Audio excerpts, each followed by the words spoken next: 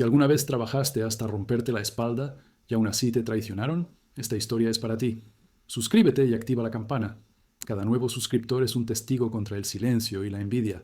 Quédate conmigo. Te voy a contar cómo 19 años se pueden desmoronar con una sola llamada. ¿Y cómo se vuelve a empezar? El frío de Nevada corta distinto. No es el mismo del norte de México ni el de las madrugadas en la obra. Este muerde por dentro, como si te lamiera los huesos. Eran las 3:58 am. Cuando escuché el golpe en la puerta trasera del pequeño apartamento en Henderson. 3 toques secos, después un silencio que olía a sentencia. No me dio tiempo de mirar por la ventana. Sheriff's Office, open up. La linterna cruzó el pasillo antes que el sonido. Diego, mi hijo de 8 años, dormía en el cuarto de al lado, abrazado a su pelota. Sofía alcanzó a decir «¿Qué pasa?» y ya estaban dentro. Uno de ellos leyó mi nombre como si lo hubiera aprendido esa misma noche. Mateo Herrera. Otro repitió en el radio. «Confirm hold. Subject under federal request». El aire se me volvió vidrio. Me esposaram frente ao micro-ondas ainda aceso, o cheiro de café queimado enchendo a cozinha e eu pensei, agora acabou. Não foi a patrulha, nem as algemas, nem a sirene. Foi o som do telefone vibrando no balcão, com uma mensagem que dizia, fui tu primo. Li aquilo e o mundo parou de fazer sentido. Tu primo. 2 palavras pequenas para 20 anos de história. O mesmo que cruzou comigo a fronteira em 2006, o que dormiu no mesmo colchão em Phoenix, o que eu ajudei a conseguir trabalho em Las Vegas quando ninguém o queria. Ele, Luiz, sentiu o coração descer para o estômago, pesado, sujo, como se tivesse engolido concreto fresco. Os agentes não disseram muito. You know why you're being detained. Eu balancei a cabeça mesmo sem saber. Me levaram descalço, com o chão frio arranhando as plantas dos pés. Sofia chorava baixo, segurando o braço de Diego, que perguntava se eu tinha feito algo errado. Quis dizer, não, filho, mas a voz não saiu. Na rua, a viatura piscava as luzes no ritmo de um coração cansado. A viagem até a delegacia foi muda. No rádio, tocava uma música velha, dessas de estrada, que falava de perder tudo e seguir andando. O policial do banco da frente mascava chiclete e olhava para o retrovisor de vez em quando, talvez esperando que eu chorasse. Eu não chorei. Quando a vida te bate de verdade, as lágrimas não saem, viram pedra. Na delegacia, o papel frio me esperava. Notice of Custody Determination. Li o inglês com a dificuldade de quem aprendeu nas obras. Detained pending ICE transfer. ICE, a palavra que a gente finge que não escuta no café, que nunca se aplica a nós, até o dia em que ela te escolhe. Enquanto tiravam minhas impressões digitais, lembrei da primeira noite em solo americano, 2006. A areia de Nogales grudando no suor, o cheiro de gasolina e poeira, o coiote gritando rápido e o coração martelando no pescoço. Lembro do barulho do deserto, aquele silêncio que zune. Cruzamos em 7 e só 5 chegaram. Luiz estava ao meu lado, tossindo, mais firme. Prometo que se salimos de esta, te devo uma vida, me disse. Pois parece que veio cobrar. Na cela pequena, o frio era uma faca. Fechei os olhos e tentei lembrar quando foi que tudo começou a desandar. Talvez em 2019, quando ele pediu o empréstimo que eu não pude dar. Talvez antes, quando começou a medir meu carro, minhas botas, meus turnos extras. A inveja tem cheiro. Eu só demorei para reconhecer. Um guarda passou e perguntou se eu queria ligar para alguém. Respondi, não tenho a nadie. Era mentira, mas a vergonha pesa mais que a saudade. Na verdade, eu só não queria ouvir a voz da minha mãe dizendo, te lo adverti. Às 6 da manhã, me colocaram numa van branca junto com outros homens. Um nicaraguense, um guatemalteco, um paisano de Sonora. Ninguém falava. Quando o motor ligou, olhei pela janela e vi o céu ficando azul. O mesmo azul que vi no primeiro dia em que pisei aqui. O mesmo que vi cada manhã indo trabalhar. Pensei que talvez o céu estivesse rindo da gente. Sempre o mesmo, não importa o lado da fronteira. Enquanto o veículo balançava na estrada, comecei a fazer as contas na 19 anos. 18 passados sem papéis, um quase legalizado, 2 perdidos em silêncio. 19 anos de calos, de concreto, de sol no rosto, de enviar cada dólar para casa. 19 anos quebrando o lombo para construir o que outro destruiu com uma chamada. Quando chegamos ao centro de detenção, tiraram nossos pertences. Meu relógio, minha corrente, $63,25. Tudo colocado num saquinho com meu nome. O agente carimbou e disse sem olhar. Next. No espelho rachado do corredor, vi um homem com os olhos fundos e o pescoço manchado de poeira. Parecia outro. Talvez fosse. Deitaram-me num beliche e me deram um cobertor fino. As paredes tinham marcas de unhas, riscos de datas, nomes riscados com tampas de caneta. Um deles dizia, aqui no Loramos, recordamos. Toquei aquelas palavras com a ponta do dedo, como quem toca uma ferida antiga. Não sei quanto tempo fiquei ali antes de fechar os olhos, mas quando dormi, sonhei com Luiz. Estávamos outra vez no deserto. e ele carregava uma mochila maior que a minha. No sonho, eu pedia para ele dividir o peso, e ele ria, dizendo que o peso era meu. Acordei suando, com o coração batendo como um martelo de obra. Na manhã seguinte, o som das portas metálicas abriu o dia. Um oficial chamou meu número e disse: "You have council appointment tomorrow." Respirei fundo. Pensei em Sofia, em Diego e no nome que vibrou no telefone. "Fui tu primo?" As palavras ainda ecoavam na cabeça, como se o próprio vento as repetisse. Ali, naquela cela fria, compreendi que minha história não ia terminar ali, porque a verdade, mesmo quando vem tarde, ainda pode ser escrita. E por mais que o sangue te traia, o nome continua sendo teu. E foi assim que começou tudo. O dia em que descobri que a pior prisão não é a de concreto, mas a de uma família que te vende por inveja. El 2006 empezó con la arena de Nogales pegada al sudor y terminó con un colchón inflable que chillaba cada vez que me volteaba en el sótano de una casa en Phoenix, cerca de la 27th Ave con Van Buren, donde 7 hombres dormíamos en fila como herramientas guardadas a la carrera.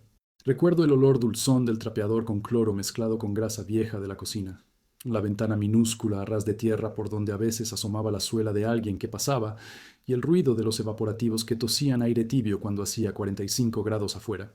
Yo me repetía que era temporal, que en 3 años regresaría a Michoacán con dinero suficiente para poner un taller de herrería con mi hermano. Y esa promesa me salía por la boca como un rezo mal aprendido cada noche antes de cerrar los ojos. Trabajé en lo que hubiera. Al principio fue jardinería en Glendale, podando palmeras que me dejaban astillas en las manos y una capa de polen pegada a la lengua. Luego limpieza nocturna en un supermercado de la Indian School, con una máquina que parecía un toro de plástico, empujando agua sucia por los pasillos brillantes.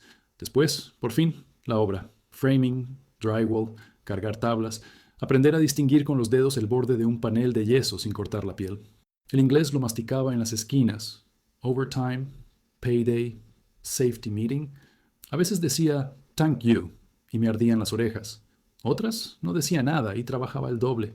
El sol me partía la nuca y el orgullo me la volvía a pegar. Los viernes eran mi cuerda. A las 6, sin bañarme, me subía al bus 29 con el uniforme todavía húmedo de sudor y bajaba en una tienda pequeña que tenía una Virgen de Guadalupe en el mostrador. Enviaba 200, 250, $300 a la semana, según cayera la suerte. Guardaba los recibos en una caja de zapatos que olía a cartón viejo y a manos de obrero. Llamaba a mamá desde un teléfono prepago de $10. ¿Comieron bien?, preguntaba. Y ella mentía bonito. Decía que sí, que ya no llovía adentro desde que pudimos cambiar las láminas del techo. Yo colgaba con el pecho lleno y el estómago vacío y me calentaba una sopa instantánea que sabía a promesa. Luis llegó un año después con las zapatillas reventadas y una risa que llenaba la cocina. «Primo, ¿hay chance?». Me pidió cama, me pidió botas, me pidió que hablara con el capataz para meterlo, aunque sea de helper. Lo hice, porque en el desierto uno aprende que el apellido también es cuerda. Al principio compartíamos todo. El sándwich partido a la mitad, el turno extra, el bidón de agua en la pick-up del patrón.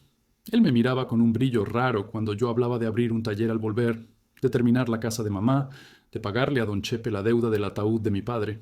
Yo no quise leer ese brillo. La envidia es silenciosa al principio. Parece admiración mal peinada. Phoenix me enseñó el invierno a su modo. Dormíamos con chamarras puestas porque la resistencia eléctrica del calentador comía luz que no podíamos pagar. Las manos amanecían tiesas y yo las metía debajo del chorro de agua caliente hasta que dolían de regreso a la vida. Un día nevó apenas, una harina de cielo que se deshizo en la banqueta. Salimos todos al patio a tomarle foto al milagro con celulares viejos. En la obra, el foreman me dio por fin una pistola de clavos que parecía más pesada que mi brazo. «Don't shoot your foot», se rió, y yo asentí serio, como si de verdad hubiera pies de repuesto en la bodega. En 2009 me ofrecieron moverme a Las Vegas, donde se levantaban urbanizaciones en Henderson y North Las Vegas como si no hubiera mañana y los casinos, por detrás, siempre necesitaban gente que supiera desaparecer tabiques y reparar cielos falsos a las 3 de la madrugada. Me subí a un carro con 3 paisas, 2 maletas y una hielera de unicel. Cruzar la presa Hoover al amanecer fue como entrar a otro planeta. El aire olía a electricidad y gasolina, y la luz era un cuchillo limpio cortando montañas rojas. Rentamos un apartamentito en la Lake Mead, cerca de un 99 cents, que nos salvó de la vergüenza más de una vez. Luis cayó a la semana, con su mochila de siempre, diciendo que en Phoenix no le había salido nada y que allá yo ya estaba hecho. Le acomodé un espacio en el suelo. Pensé que compartir destino daba fuerza. La ciudad te traga si no aprendes a mirar alto. En los back of house de los hoteles conocí pasillos eternos por donde se mueve el mundo sin traje, olor a detergente y a fritanga, luces que nunca se apagan. Nos contrataban por subcontrata, que a su vez era subcontrata de otra, y así como muñecas rusas, hasta que al final la firma era un apodo y el pago un sobre. Salíamos por puertas que no dicen exit para no mezclarnos con la gente que venía a olvidar. Luis aprendió rápido, eso siempre se lo reconozco. Tenía manos ágiles y lengua de aceite. Podía caerle bien al capataz en 2 turnos. Un día lo vi hablar con el supervisor en inglés más suelto del que yo le conocía. Luego se acercó y me dijo, sin pedir permiso, que había tomado mi hora del sábado porque tú estabas cansado. Le respondí que ese sábado yo contaba con esos $120. Me miró con una sonrisa que no había visto en nuestra familia. Primo, relájate, aquí hay mucho trabajo. Esa noche dormí con el corazón apretado como un puño. Había semanas de 12, 14 horas diarias. El cuerpo aprende a medir el tiempo por el dolor. Primero los hombros, luego la espalda baja, por último las rodillas. A veces me temblaban las manos al destapar una coca de 99 centavos y era como si dentro de mí se soltara la mezcladora. En 2010 me convertí en lead de un equipo pequeño y ganaba 16 la hora. Sentí por primera vez que mi nombre pesaba algo en una planilla. Compré una camioneta Ford 1998 por $1,900, azul, con un olor a alfombra vieja que nunca se fue. La lavé un domingo con una ilusión que me dio vergüenza. Luis me pidió las llaves por un ratito para unas vueltas y volvió con el tanque más vacío y una multa por estacionarse frente a una boca de incendio. La pago yo, prometió. Nunca la pagó. La multa se volvió recargo y luego carta del condado que guardé como si fuera un recordatorio de no volver a prestar la camioneta sin preguntar. Entre 2011 y 2012 me afiné como se afila una herramienta. Ya no me perdía en las yardas, sabía dónde estaban las buenas oportunidades de jornal cuando se acababa la obra formal y había aprendido a decir que no cuando olía a trampa. Mandaba 300 un viernes, sí, y 400 el siguiente. Cuando se podía, 500. Mi madre me contó por teléfono que habían podido poner piso de cemento en la cocina y que ya no se hundían las sillas en la tierra. Me mordí el labio para no llorar en el estacionamiento del Home Depot, donde contesté esa llamada. No quería que nadie me viera con el alma en la cara. Luis me miraba revisar mis recibos como si yo contara monedas de otro planeta. ¿No te cansas de mandar?, me preguntó una noche. Uno no se cansa de respirar, le dije, y se rió con una risa áspera. Había mañanas de gloria chiquita. Un capataz me llamó reliable, una palabra simple que me supo a diploma. Otra vez, el inspector pasó por nuestra obra y dijo que el framing estaba clean, y yo toqué el borde del panel con los nudillos como quien saluda a un compadre. Compré una cafetera para dejar de gastar en gasolineras y descubrí que el café de casa sabe a victoria barata, pero victoria. En el cuaderno donde llevaba todo, anotaba también cosas tontas. ¿Cuántos tornillos podía meter en un minuto? ¿Cuántas veces la pistola se atascaba? ¿Cuántos metros de pared podíamos levantar en un día si nadie nos interrumpía con safety talk? Luis empezó a cambiar de ropa y de mirada. Traía tenis nuevos cuando yo todavía remendaba los míos, relojes que brillaban como si fueran gritos en el sol y un perfume que se me quedaba en la nariz durante la junta de las 6. No digo que no pudiera. Digo que cada vez que llegaba así, algo en mí se incomodaba, como cuando una tabla no asienta plana y sabes que el piso está mintiendo. Me pidió, un par de veces, que le pasara un turno que era mío, porque a ti te toca siempre, primo. Me pidió que lo recomendara como lead porque tú ya estás cansado. Me pidió que le enseñara a hacer estimates y a hablar con el cliente, y yo, bruto de buena fe, lo hice. Al poco tiempo, lo vi cobrando directo un trabajo chico que yo había contactado. Negocio es negocio, me dijo, y sentí que una hebra de nuestra cuerda se había reventado sin ruido. Aún así, 2012 cerró con mi primer viaje a la presa los domingos, solo para mirar agua. Me sentaba en una piedra y contaba mis semanas en remesas. En el bolsillo, el teléfono chiquito con saldo suficiente para 2 llamadas al mes a casa. En la cabeza, los números que me hacían dormir. 300, 350, 500. Era una matemática de supervivencia. Caminaba de regreso por la Boulder con una bolsa de pan de 99 centavos y un café aguado y me decía que valía la pena. Porque valía, me lo creía de veras. Aún no sabía que en esa misma aritmética, desde la esquina, alguien ya estaba sumando mis horas como si fueran suyas y restándome futuro por deporte. Si hoy regreso a ese tiempo y cierro los ojos, todavía puedo escuchar el zumbido del neón en los talleres de madrugada, la risita de los turistas que no ven el pasillo donde yo existía, el golpe hueco de la pistola clavando el último tornillo antes del break, el crujido de mi espalda al enderezarme, el susurro de la caja de zapatos cuando la abría para meter otro recibo fresco. De 2006 a 2012 aprendí a no pedir permiso para trabajar y a pedir perdón por sobrevivir. Aprendí a amar desde lejos con billetes que olían a polvo y a sudor. Y aprendí, sin darme cuenta, que a veces el que duerme a 2 metros de ti está midiendo tu sombra para ver si le alcanza para tapar la suya. Y todo lo que vino después, las transferencias mayores, la casa que quise empezar en el pueblo, el primo administrando depósitos porque su banco no cobraba comisión, los rumores de que yo guardaba más de lo que decía. Todo eso se cocinó en esa primera olla. El hambre, la esperanza y el silencio. Por eso, cuando ahora repaso ese tramo, entiendo que la historia realmente estaba poniendo sus tornillos, alineando las piezas para la siguiente pared. Y esa pared se llamaba Dinero que va y no vuelve. Nombres en la ventanilla, una caja de zapatos pesada como un ladrillo, remesas que sostienen 2 casas y que, sin saberlo, los viernes tenían siempre el mismo sabor.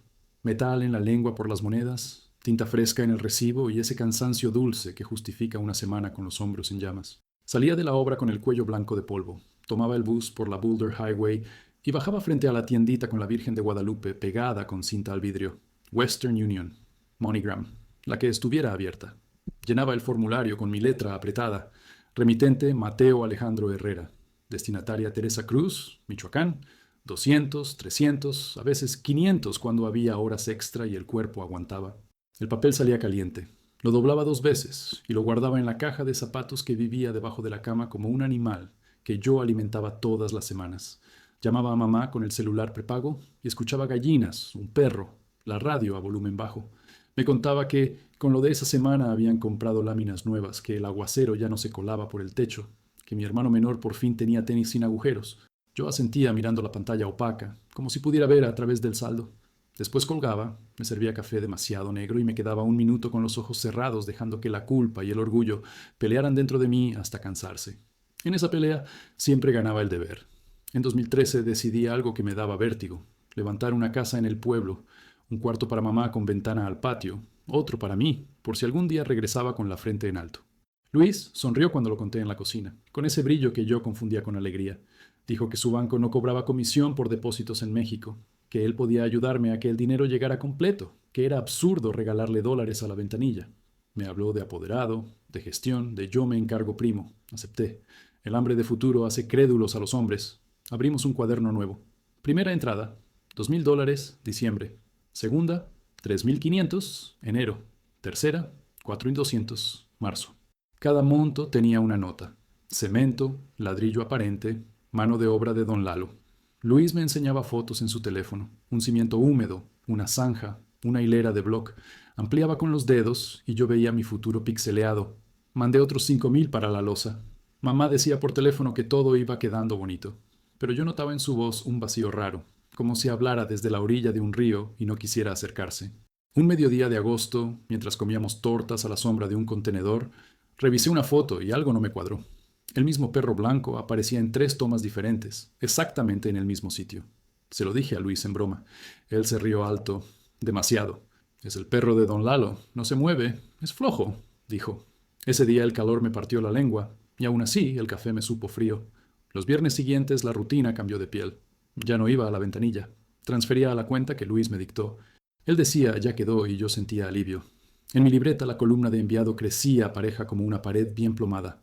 1,800, 2,400, 2,900, 3,300, 4,000. A final de 2015 sumaban $28,700, un número que me hacía temblar de orgullo y miedo. Volví a casa con una bolsa de pan barato y una sonrisa que no combinaba con mis manos llenas de yeso. La primera grieta visible llegó cuando pedí facturas. Luis me envió fotos borrosas de recibos con sellos triangulares. En uno decía Ferretería El Martillazo, con 2 L's. En otro, el RFC tenía una letra al revés. Se lo hice notar con delicadeza. Me contestó en audio. Relájate, primo. Allá así escriben. Lo importante es que va quedando. Quise creerle. Volví a creerle cuando me mostró un video de un albañil amarrando varilla. Días después, encontré ese mismo video en Facebook con fecha distinta y música de banda. Le escribí. Me dijo que era un ejemplo, no mi obra. Tragué saliva y seguí. En 2016 viajé por primera vez en muchos años. No al pueblo, sino a Tijuana para no arriesgarme. Mamá subió en autobús hasta allá con mi hermano. Traían una carpeta de plástico con papeles, croquis en servilletas, notas a lápiz, una lista de deudas. Me confesó que había firmado un documento donde Luis aparecía como representante para comprar el terreno junto al río. Dijo que era para facilitar, murmuró mirando la mesa de la fonda. Sentí un sudor frío detrás de la nuca.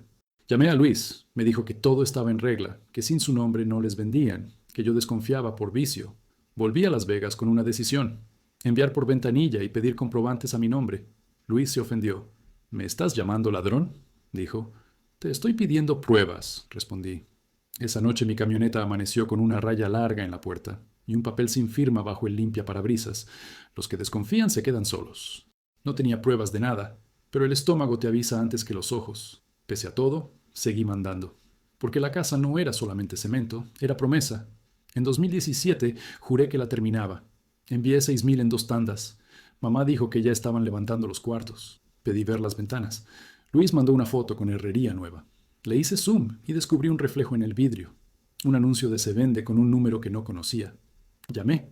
Contestó un señor de Zamora que ofrecía una casa recién remodelada con esas mismas ventanas. Colgué con la lengua dormida.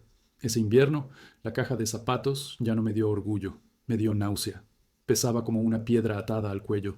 Empecé a guardarla en otro lugar porque me dolía verla. Y sin embargo, cada viernes mis pies caminaban solos hacia la tienda o hacia la app del banco. Enviaba porque uno no deja de mandar por sospecha. Deja cuando el corazón se muere.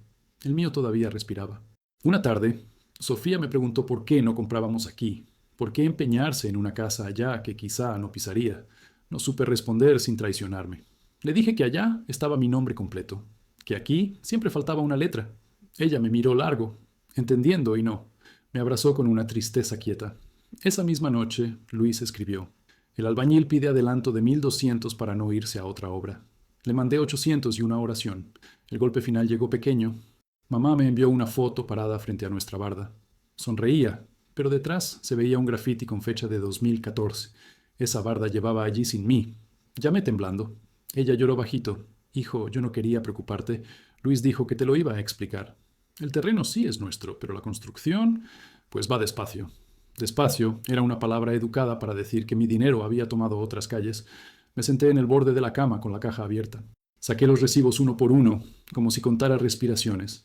Sumé en voz baja: 2,000, más 3,500, más 4,200, más 5,000, más 1,800, más 2,400, más 2,900, más 3,300, más 4,000, más 6,000. Hasta ese día, $35,200 que yo podía tocar solo en papel. Me ardieron los ojos, pero no lloré. El llanto se había ido a vivir al desierto de 2006 y ya no volvía cuando lo llamaba. Esa noche le escribí a Luis un mensaje largo y limpio. Le pedí cuentas, facturas, coordenadas, nombres de albañiles, fotos con fecha de hoy. Respondió con 3 palabras: tranquilo, ya voy. Nunca llegó. 2 semanas después, alguien llamó a Recursos Humanos de la obra para preguntar con tono de vecino si el señor Mateo tenía permiso de trabajo. No necesité ver el identificador para reconocer el timbre. La casa que nunca habité ya me estaba cobrando renta en otro idioma. Desde entonces, cada recibo dejó de ser pasado y se volvió evidencia.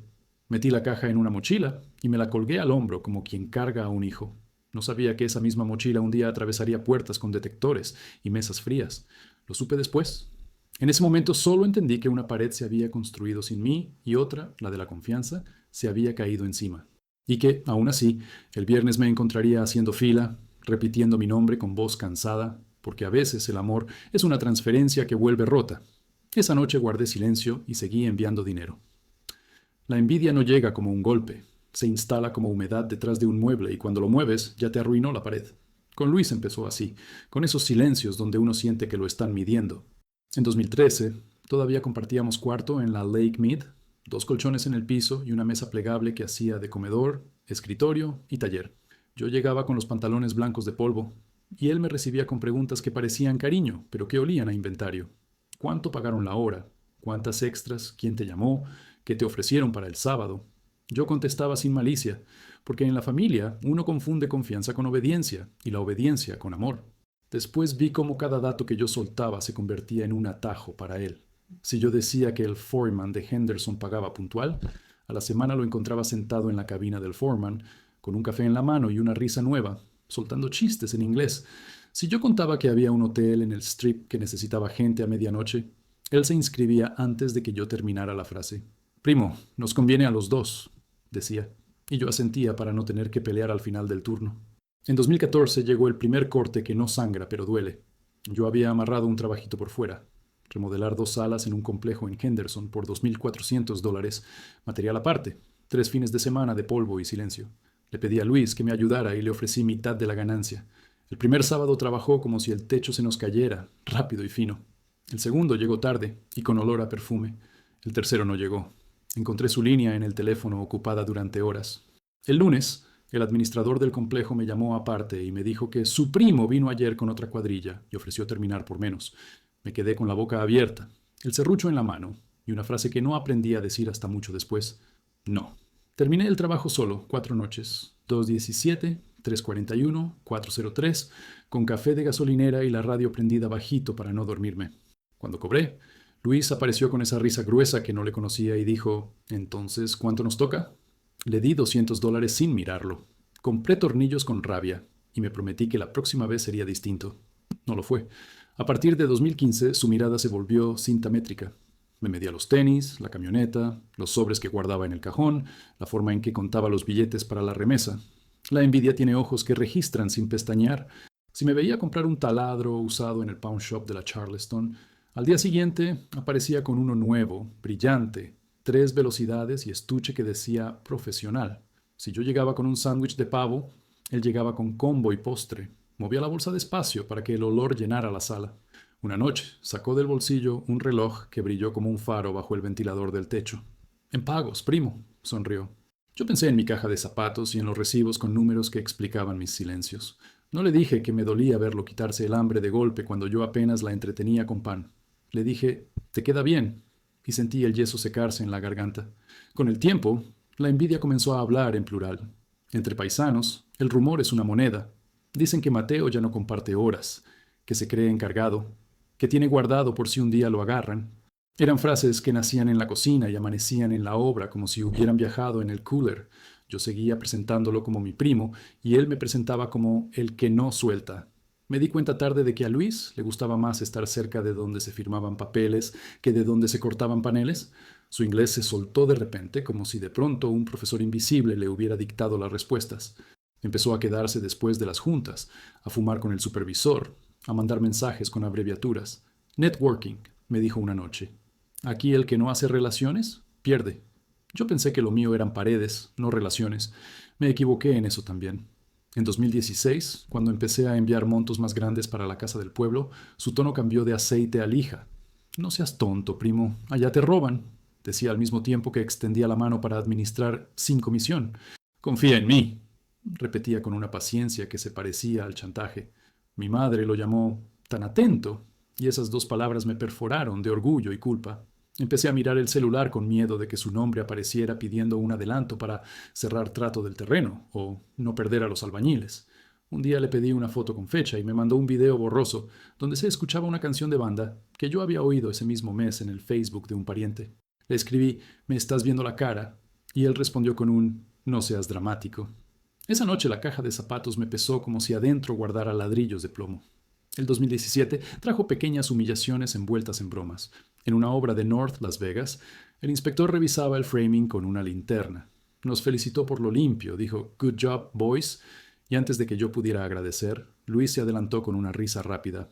«I trained him». El inspector sonrió por cortesía. Yo me hice pequeño con el casco puesto. En el break, un ayudante nuevo me preguntó si yo era el primo de Luis, el que consigue los jales. Sentí que me rebautizaban por segunda vez. Esa tarde me quedé terminando un closet con bisagras malditas mientras Luis peleaba un cambio de orden y salía en la foto del grupo. Cuando colgaron la imagen en el chat, mi nombre no aparecía en el pie de foto. Luego me enteré de que él había dado los nombres. Yo ahí, sin nombre, con un nivel en la mano que aún marcaba 0 de grano. Para 2018 ya no vivíamos juntos. Yo me mudé a un estudio en Henderson, cerca de la Eastern, $850 al mes, paredes delgadas y un árbol que daba sombra a la tarde. Luis se quedó con otros 2 en la Lake Mead, pero seguíamos cruzándonos en obras, en la tienda de materiales, en la ventanilla de los envíos, cuando alguna urgencia me regresaba al ritual. Lo notaba atento a mis mínimos, como si llevara un cuaderno invisible con mis hábitos. ¿Qué días mando? ¿A qué horas llego? ¿Cuánto espero para contestar? ¿A quién saludo con la cabeza? Una tarde de calor insoportable, mientras cargábamos un pallet de paneles, me soltó sin veneno aparente. «Tú no vas a aguantar mucho más, primo. ¿Estás tieso?» Me reí. Esa noche me unté pomada. Y conté hasta 100 antes de dormir, como si la cuenta pudiera convencerme de que él no sabía nada de mí. El verdadero veneno no fue esa frase, fue la estrategia. Empezó a pedir lo que yo no podía dar. En 2019 propuso entrarle como socios a un food truck que, según él, ya tenía ruta y permisos. 12,000 cada uno y nos volvemos jefes, dijo mirando al vacío, viendo un futuro que seguramente me excluía al doblar la esquina. Yo le dije que no, que 12,000 era todo lo que yo tenía de respiro en la vida, que eso tenía nombre y apellido en Michoacán y se llamaba techo para mi madre. Me acusó de corto, de pensar como pueblo, de no entender América. Aquí el que no arriesga se queda en el mismo escalón, repitió como si fuera un proverbio de pared de gimnasio. Le respondí que mis riesgos tenían pulmones ajenos y que mi escalera ya estaba bastante temblorosa como para subirme a otra. Se fue con una mueca. A partir de ese día, el teléfono empezó a traer mensajes. Dicen que no confías. Dicen que guardas. Dicen que te crees más. Dicen. Decían su nombre sin decirlo. Las envidias no matan de golpe, te van quitando aire. Luis empezó a aparecer donde menos lo esperaba, preguntando a otros por mí como si le preocupara mi salud, corrigiendo mi inglés en público, prestando dinero de 20 en 20 para luego cobrarlo frente a todos, con chiste incluido. Una vez, ya en 2019, frente al capataz, me llamó el primo lento porque tardé 10 minutos en resolver un detalle de esquina. Todos rieron por reflejo. Esa noche no pude doblar la espalda para quitarme las botas. Me acosté con ellas puestas y el techo me miró sin compasión. Y sin embargo, yo seguía buscándolo cuando faltaba un par de manos, porque la costumbre es más fuerte que el orgullo. Había días que parecíamos aquellos de Phoenix, los dos moviéndonos como si la obra fuera un ajedrez que conocíamos de memoria. Esos días me engañaba y decía que en el fondo la sangre iba a arreglarlo. Luego algo pasaba, un comentario, una mirada, un audio reenviado, y recordaba que la sangre no lava, solo mancha distinto. La envidia de Luis tenía un último ingrediente, la necesidad de que yo cayera para él sentirse en su altura. No se trata de que tú tengas menos, me dijo un día sin querer queriendo. Se trata de que estemos parejos. Parejos. Esa palabra me dejó frío. Habíamos cruzado el desierto juntos, sí, pero no había sido el mismo sol. Yo cargaba remesas y promesas. Él cargaba un espejo.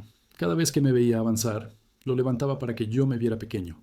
En otoño de 2019, cuando por fin dije que no al food truck y me negué a pasarle un contacto que me costó 3 meses ganar, se hizo el silencio que antecede a los huracanes. No me habló en 2 semanas. Cuando lo vi de nuevo, traía un aire de triunfo que no le conocía y una frase en la boca que no supe leer a tiempo. Aquí todos tenemos que pagar algo, primo. Pensé en multas, en rentas, en el precio de la gasolina. No pensé en llamadas, no pensé en números anónimos, no pensé en luces traseras, todavía no. Si me preguntas cuándo se volvió enemigo, no sabría darte un día. Puedo darte gestos. La vez que dijo, I trained him, y me borró de una foto, la noche que llevó mi camioneta y la trajo con la multa, el audio donde dijo, relájate dramático, cuando le pedí pruebas, la mirada con cinta métrica en el sobre de mis horas, la propuesta del food truck con $12,000 que olían a techo en Michoacán, el parejos, dicho con dientes, y ese adiós sin beso de pariente. Todos tenemos que pagar algo. Yo ya estaba pagando interés de sobra por una lealtad que solo existía de mi lado. Y así, con la pared ya húmeda por dentro, 2020 abrió la llave. La envidia encontró su herramienta favorita, la amenaza disfrazada de consejo y el favor con filo. Lo que vino después, el pedido imposible, los rumores, las fotos falsas, la luz trasera programada, ya estaba dibujado desde estas grietas. Yo solo tardé en ver el moho. Cuando por fin moví el mueble, la pared se vino abajo con un ruido sordo. Y debajo estaba escrito mi apellido con marcador, torcido, como si alguien hubiera practicado a la carrera antes de marcar un número. Fue un martes de mayo de 2019 cuando el teléfono vibró con un mensaje que parecía cualquier cosa menos una bomba. Primo, ¿puedes hablar? Yo estaba en Henderson, en la obra de la Sunset, cortando paneles para un cielo raso que se negaba a quedar a plomo. El sol pegaba de frente en la lámina y yo llevaba la boca pastosa de tanto polvo. Le respondí que a las 6:40, saliendo.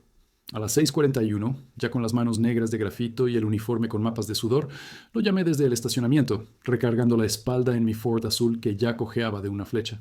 Luis contestó con una voz aceitosa, de esas que resbalan.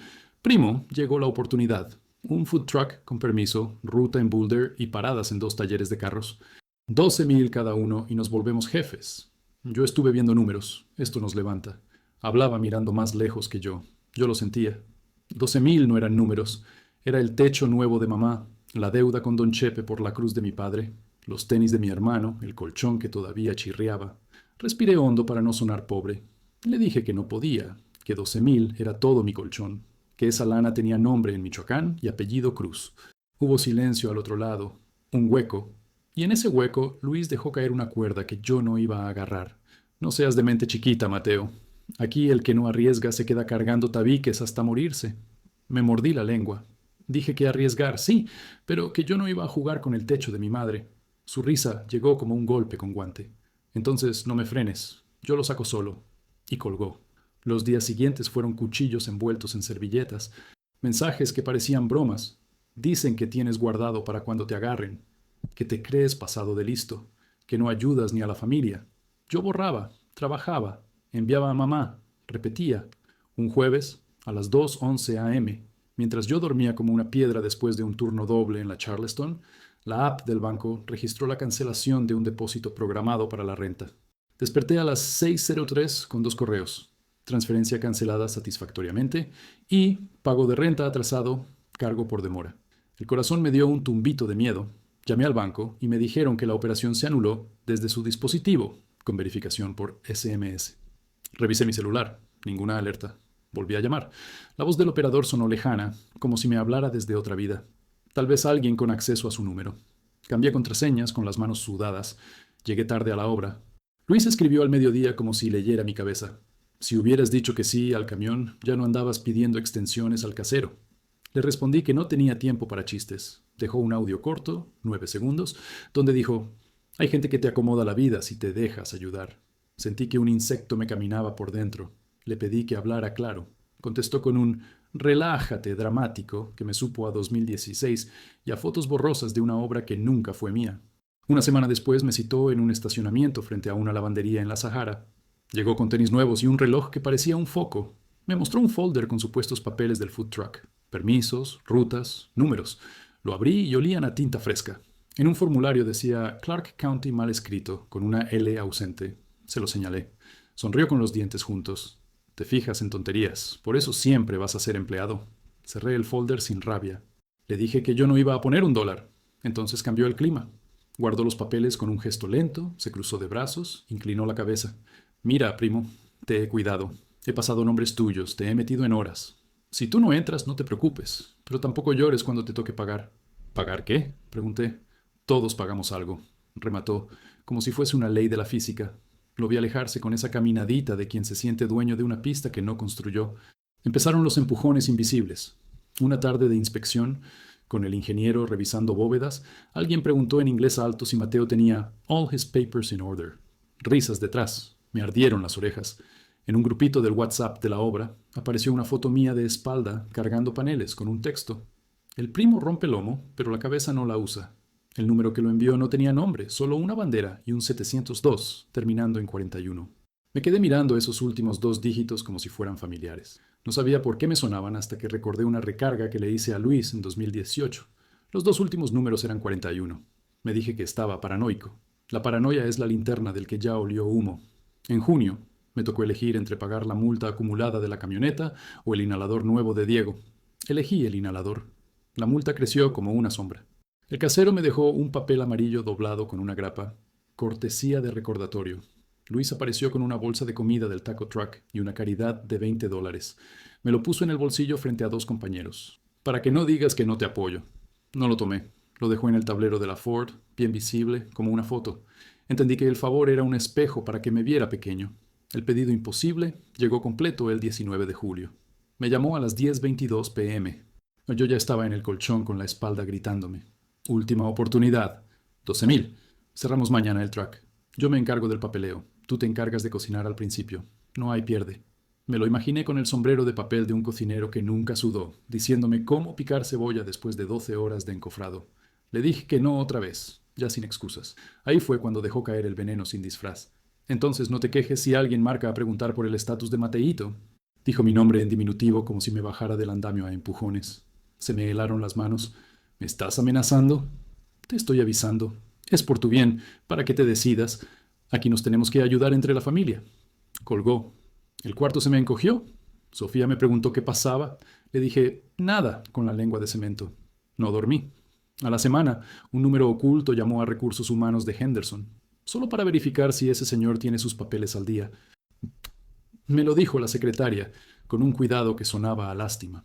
En agosto, me pararon por una luz trasera fundida en la Boulder. No era mi noche, me dejaron ir con advertencia. Pensé en la frase de Luis sobre gente que te acomoda la vida. Empecé a revisar la camioneta con miedo antes de cada salida. Compré focos, cambié fusibles, anoté fechas. A finales de mes, el casero ya no hablaba de cortesías. Hablaba de notice to pay or quit. Cada palabra era un ladrillo que se me venía encima. Le escribí a Luis un mensaje largo. No insulté. Puse fechas, montos, mi negativa, su todos pagamos algo. Le pedí que no jugara con mi nombre. Me contestó con 5 palabras que olieron a gasolina. Aprende a decir que sí, y un emoji de pulgar. Lo bloqueé. 2 días después, alguien dejó un papel bajo mi puerta. Hay números en español donde puedes reportar irregularidades, todo anónimo. La A de anónimo estaba abierta, como escrita con rabia. Lo guardé en la caja de los recibos, que ya era también mi caja negra. Septiembre cerró con una escena que todavía me despierta. Luis en la obra, a 2 metros de mí, mirando cómo el foreman me pedía una reverificación de I-9 por política nueva. Él sonrió chico, con la boca, no con los ojos. Más tarde, en el break, se acercó, me dio una palmada que dolió y dijo sin bajar la voz: «Una llamada no mata a nadie, primo. A veces endereza». Me lo dijo ahí, rodeado de hombres que masticaban burritos y silencio. Nadie levantó la cara. El sol de las 2:40 nos clavó a todos a la mesa. Yo sentí que el piso tenía la inclinación justa para que todo se me fuera de las manos. Volví a casa con el cuerpo pidiéndome tregua. Preparé café, me senté frente a la caja y la abrí. Saqué los recibos como cartas de una baraja trucada. Envíos, facturas, multas, el papel del casero, la nota anónima. Puse encima un papel en blanco y escribí con mi letra de obrero: no. Lo pegué en la pared. No al food truck, no al préstamo, no a la amenaza disfrazada de consejo, no a vender mi apellido por miedo. En ese no había también un sí. Sí a mi madre, sí a Diego, sí a seguir con mis manos aunque me las doblaran. No sabía que ya había cruzado la línea donde el pedido imposible se convierte en castigo. No sabía que esa luz trasera iba a ser programada un año después con la precisión de quien te conoce la rutina. No sabía que Recursos Humanos iba a recibir más llamadas con mi nombre cortado en sílabas. Lo supe después, con el tiempo acomodando fichas con una malicia casi elegante.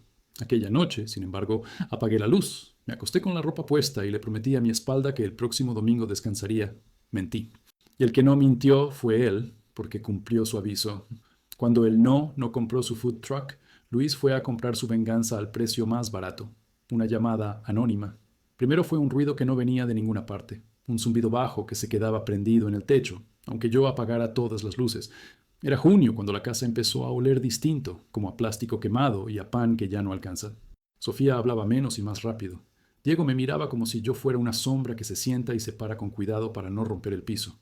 Las mentiras entran por rendijas. Una frase reenviada, una captura cortada, un dicen que susurrado en alta voz. Yo llevé años levantando paredes que no se ven y aún así no supe apuntalar la mía a tiempo.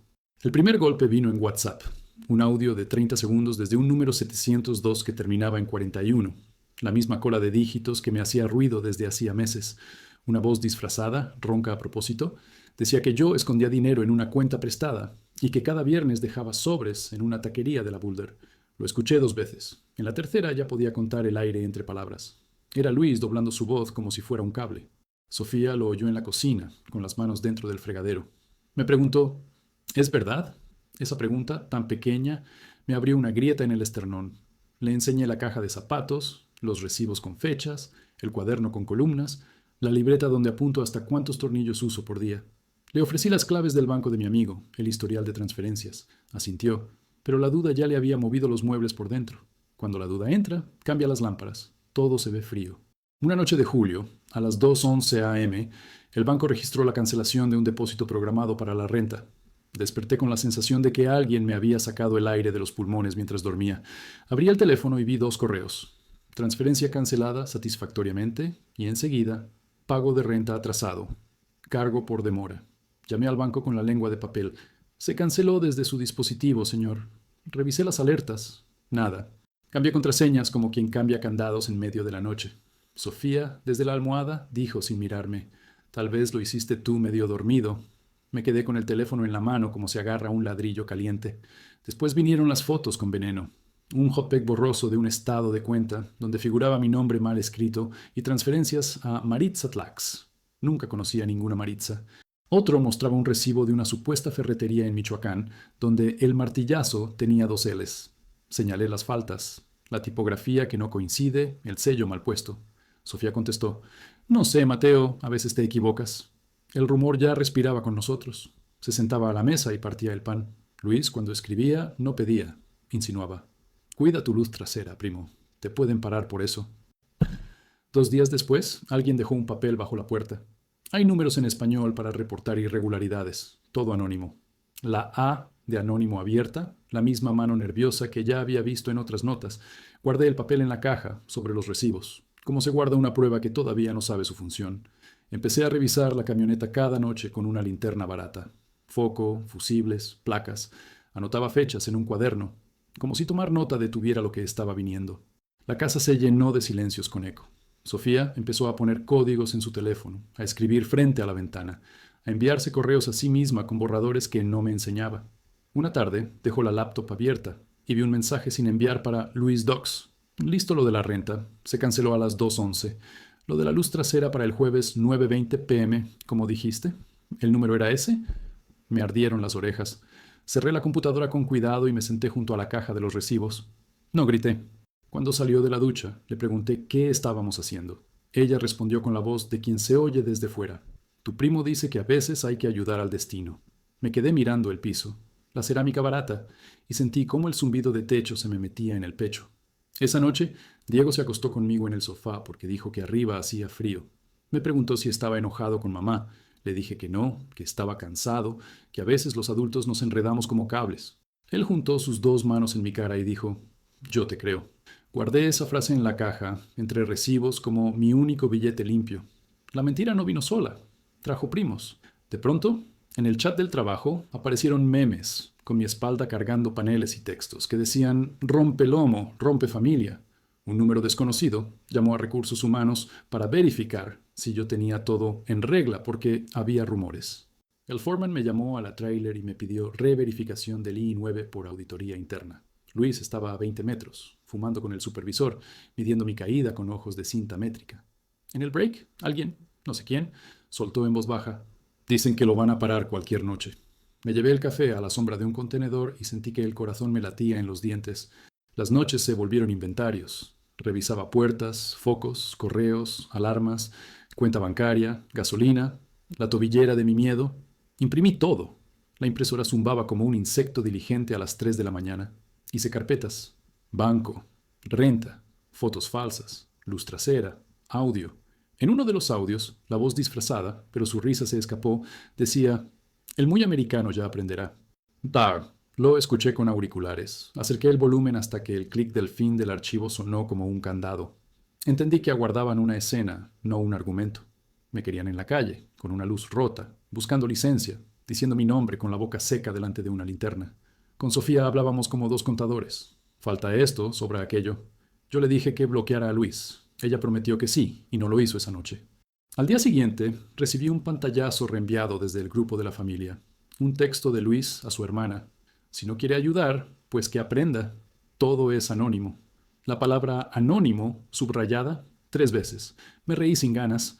Anónimo es un disfraz que solo funciona para el que lo usa. Una tarde de agosto, encontré mi camioneta abierta, sin que faltara nada. En el asiento, un sobre sin sello. Adentro, una foto de mi Ford estacionada frente a mi edificio. Y al reverso, con marcador: Backlight out. Revisé, encendí, apagué, prendí intermitentes, todo bien. 2 días después, en la Boulder, a la hora exacta que Sofía había escrito en su borrador, me pararon por luz trasera fundida. El foco estaba muerto. No discutí. No me dieron multa, me dejaron ir. Llegué a casa y con el foco en la mano sentí que la mentira ya no era humo, era una herramienta. La enfermedad de las mentiras es que te quitan la voz hasta para contar lo que pasó. Empecé a hablar menos. En el trabajo contestaba con gestos. En casa con frases de 3 palabras. Sofía ya no me buscaba los ojos. Yo ya no los ofrecía. Diego empezó a dibujar con crayolas a 3 personas con un cable que las unía. Es para que no se pierdan, me dijo. Le pregunté de dónde sacó la idea. Me señaló el cargador del teléfono. Si no lo conectas, se apaga. Entendí que la casa estaba a batería. Guardé en la carpeta audio Un mensaje que me llegó un domingo a las 11:17 p.m. Hay líneas que ayudan a la comunidad. Nadie se entera. Por seguridad. La misma voz rota. El mismo 41 en la orilla. Se lo mostré a Sofía. Me dijo que iba a hablar con él. Le supliqué que no, que el silencio era nuestro único lujo. Esa noche ella escribió un mensaje que no me enseñó. En la mañana la vi con los ojos hinchados. Dijo que Luis había jurado que solo quería enderezarme. Me reí. La palabra enderezar en boca de quien te tuerce. Cuando el casero dejó el Notice to Pay or Quit, yo ya tenía preparada la carpeta renta con las capturas de la cancelación a las 2:11, las llamadas al banco, las fechas. No sirvió para negociar, pero sirvió para ordenar la rabia. El orden fue la única religión que me aguantó. Recibos, horas, placas, números, minutos. Me aprendí de memoria los últimos 4 dígitos del 702 del que salían los audios. 41. Los dije como un credo silencioso antes de dormir. Ese septiembre, una tarde en la obra de Henderson, el foreman me llamó a la trailer y me pidió los papeles por política del cliente. En la puerta, Luis se acomodó el reloj brilloso y me dijo, casi cariñoso, no te preocupes, primo, a veces el sistema corrige. Sentí ganas de meterle la cabeza en un balde de mezcla para que dejara de hablar. No lo hice. Fui a mi casillero, respiré contra la camisa, me lavé la cara con agua de manguera y regresé con la carpeta Trabajo RH. El foreman la hojeó con fastidio, como quien mira fotos de otro país. Me dio 48 horas. Supe que no eran 48. Eran un pasillo que ya tenía a alguien esperando al final con una llamada en la mano. Esa noche, de pie frente a la caja de zapatos, entendí que la mentira no quería dinero, quería mi nombre.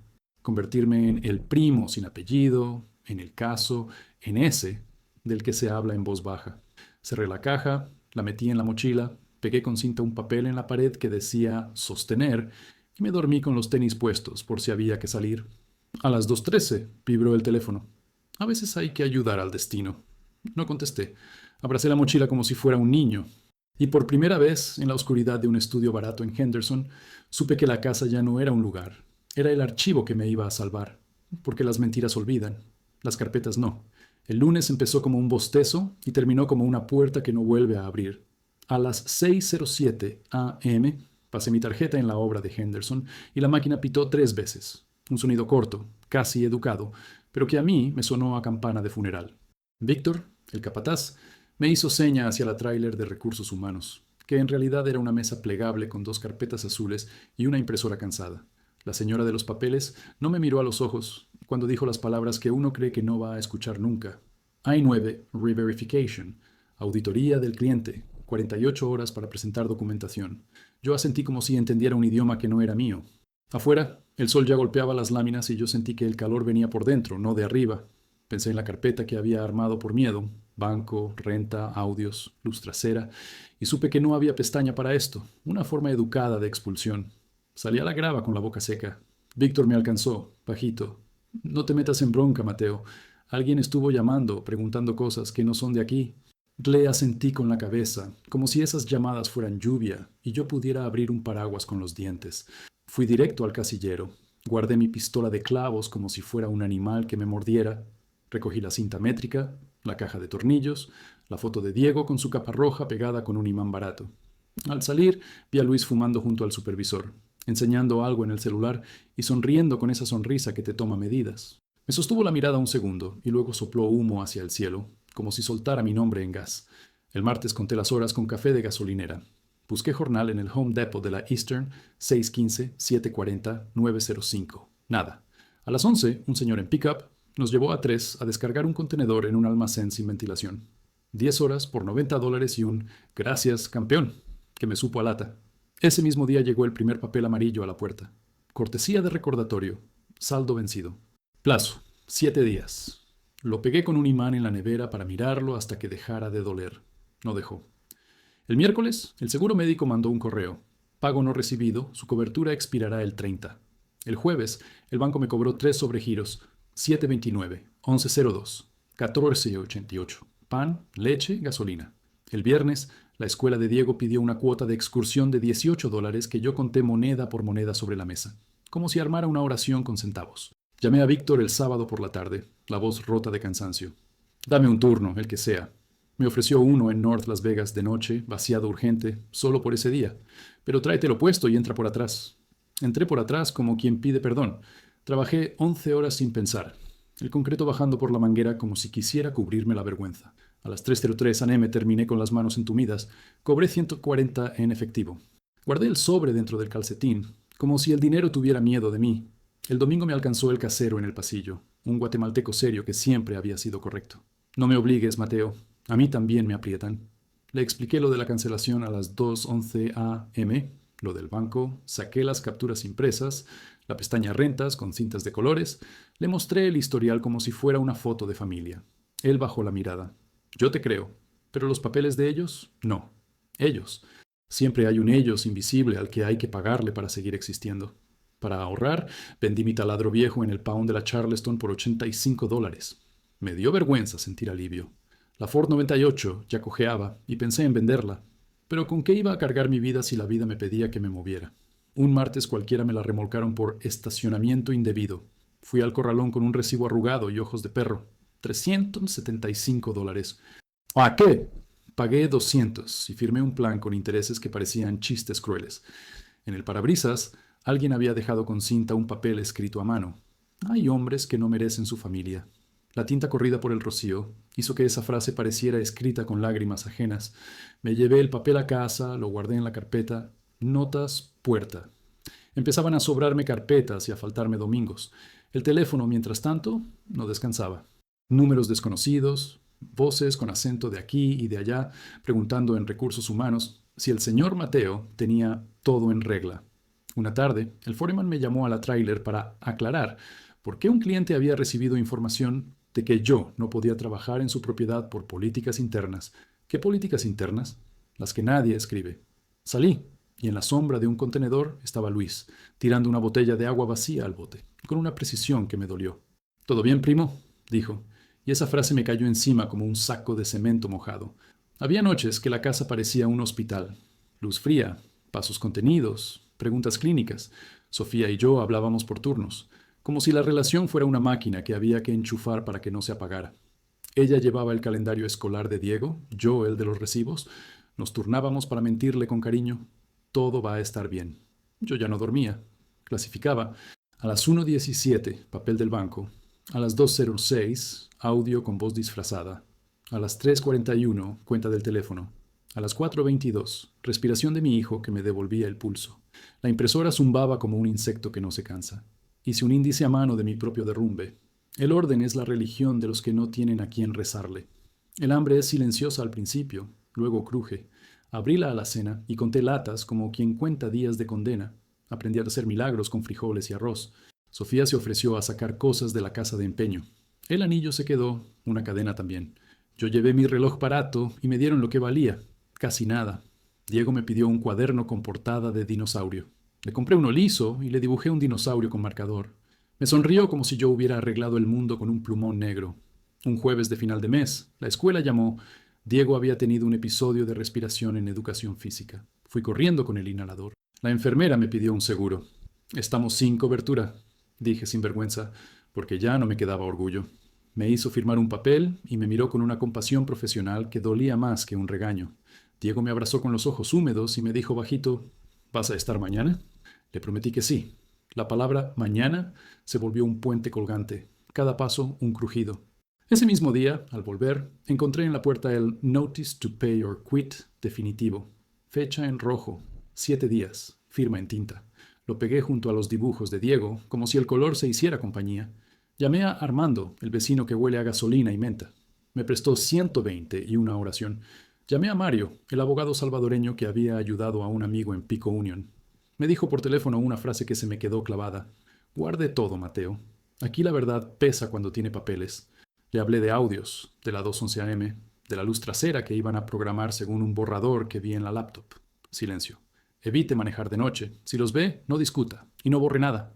A veces el destino también tiene horario.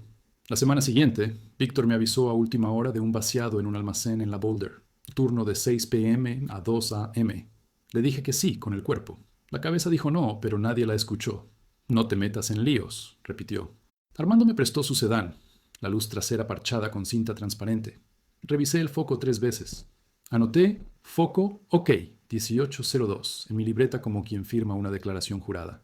El vaciado fue limpio, sin contratiempos. A las 2:06 lavé mis manos en un cubo de agua turbia, guardé la carpeta bajo el asiento, me puse el cinturón y salí hacia la Eastern con un sueño que pesaba más que el concreto. Los amigos aparecieron menos, el chat se llenó de stickers y se vació de manos. Cuando la suerte se va, la gente aprende a escribir más corto. Luis mandó un mensaje general al grupo. No olviden revisar luces. La policía anda dura. Nadie respondió con su nombre.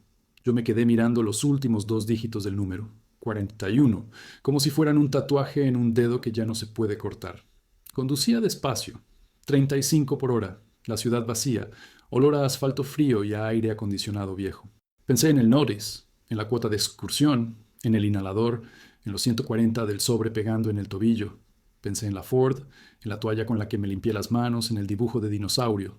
A 2 cuadras de la casa de Armando, el retrovisor se llenó de rojo y azul. Sentí el corazón trepar por la tráquea con la precisión de un elevador. Prendí intermitentes. Orillé el coche. Recordé el papel anónimo y la frase de Luis. A veces hay que ayudar al destino. Respiré lento. Busqué mis palabras como quien busca una moneda en la costura del pantalón. No voy a mentir. Pensé en bajarme y correr. Pero, ¿hacia dónde corre uno cuando el mapa lo dibujó otro? Apreté el volante, vi la linterna crecer por el espejo, escuché la bota contra la grava. Un golpe suave en la ventana. Bajé el cristal. Good evening. Backlights out. Miré al cielo. Ni una estrella. En el fondo del bolsillo, mi nombre empezó a morderse la lengua para que no se rompiera al salir. Y así, sin dramatismo, con la calma cruel de las cosas que ya estaban escritas, entendí que la semana de la reverificación había sido el primer dominó. Trabajo, renta, seguro, amigos, foco. A veces el derrumbe no hace ruido, solo te cambia el aire. El oficial pidió licencia y registro. Saqué mi identificación de México, vieja, plastificada, la foto de un Mateo con la piel menos gastada. 1 minuto, dijo, y caminó hacia la patrulla. Yo conté hasta 20, luego hasta 100, luego hasta lo que aguanta un hombre haciendo equilibrio encima de una mentira ajena. En el silencio, entre el clic del radio y el retorno de sus pasos, supe que la historia iba a girar, y que yo, con mi carpeta llena de papeles y el corazón como una caja de zapatos, iba a tener que sostenerme de una cuerda invisible mientras caían los demás. El vidrio bajó con un chirrido de goma vieja, y la linterna me llenó la cara de un blanco que dolía. Good evening. Backlights out. Dije que el auto era prestado, que la chequé a las 18:02, que podía encenderla ahora mismo. License and registration. Le di mi identificación de México, plastificada, foto de un yo con menos años. Busqué en la guantera el registro del sedán de Armando. Los papeles temblaron como si estuvieran fríos. 1 minuto. Se fue con mis datos, y el minuto se estiró como liga de mercado. Alcancé a oír por el radio mi nombre partido en sílabas. Mateo Alejandro Herrera. Silencio. Otro clic. Confirm Immigration Hold. No dijeron ICE, pero el aire cambió de temperatura. Me pidieron bajar, manos a la vista, espalda al coche. El sonido de las esposas fue un punto final que ya venía escrito desde las 2:11 a.m. En la estación de Henderson, todo estaba diseñado para que fueras uno más. Un banco atornillado al piso, una ventanilla con vidrio rayado, un aparato de huellas que parecía pecera sin peces. Preguntas de lista: nombre, alias, país de nacimiento, tatuajes, medicinas, pandillas. Respondí sin tartamudear. Pedí una llamada. Me dieron un teléfono gris con cable en espiral. Llamé a Sofía. 3 timbres, 4, buzón. Llamé a Armando. Contestó con la voz inflada de sueño. ¿Dónde, compa? Henderson. Holt. Voy a buscar a Mario, dijo y colgó tropezando. El reloj de la pared marcaba 2:59, a las 4:20 a.m. Nos subieron a una van blanca sin logos, esposas a la cintura, cadena en los tobillos. Éramos 7. Un hondureño rezaba las mismas 3 frases como si fueran pasamanos. Un guatemalteco apretaba un rosario de madera. Un paisano de Sonora miraba fijo el piso de goma. No hablamos. Uno aprende el idioma del traslado en el primer viaje. El sol apenas era una línea cuando cruzamos la I-515 hacia el sur. Nos dejaron primero en Henderson Detention Center. Inventario de pertenencias: cinturón, agujetas, 140 en un sobre arrugado, un casio de plástico, una llave con llavero de la Virgen que ya no abría mi casa. Todo a una bolsa con mi nombre escrito a mano. Me asignaron número A. A208-47-941. Repetí en la cabeza los últimos 2 dígitos, 41, y sentí el mismo escalofrío de los audios. El uniforme naranja venía con olor a otro cuerpo. Manta aluminio que suena a bolsa de papas, bandeja con huevo gomoso y pan tibio, jabón sin olor, cepillo chico. Las paredes del pod tenían ajedrez rayado en las mesas de metal, una TV que nadie mira y una ventana alta por donde entraba una luz que no calentaba. Elegí litera de arriba para mirar el techo, no la tristeza. No dormí. La mente pasaba lista. 211 cancelación, 920 foco, 41 en todos los bordes, la caja de zapatos convertida en expediente, el todos pagamos algo, de Luis, el notice amarillo pegado junto a los dibujos de dinosaurio de Diego. A media mañana, por el altavoz, A20847941, legal. Me sacaron al Law Library, un cuarto con computadoras viejas, una impresora con ronquera y olor a tóner caliente. La pantalla parpadeó. Videollamada con Mario, el abogado salvadoreño de Pico Union que Armando había encontrado meses atrás para un amigo. Camisa azul, corbata floja, ojos de hombre que sabe esperar. Mateo, ya me avisó Armando. Te metieron Notice to Appear. Hay 862. Cargo bajo 212A. 6. A. I. Entrada sin inspección. Tienes 19 años, hijo ciudadano, matrimonio, trabajo estable hasta la auditoría. Vamos por Cancellation of Removal Non-LPR, 42B.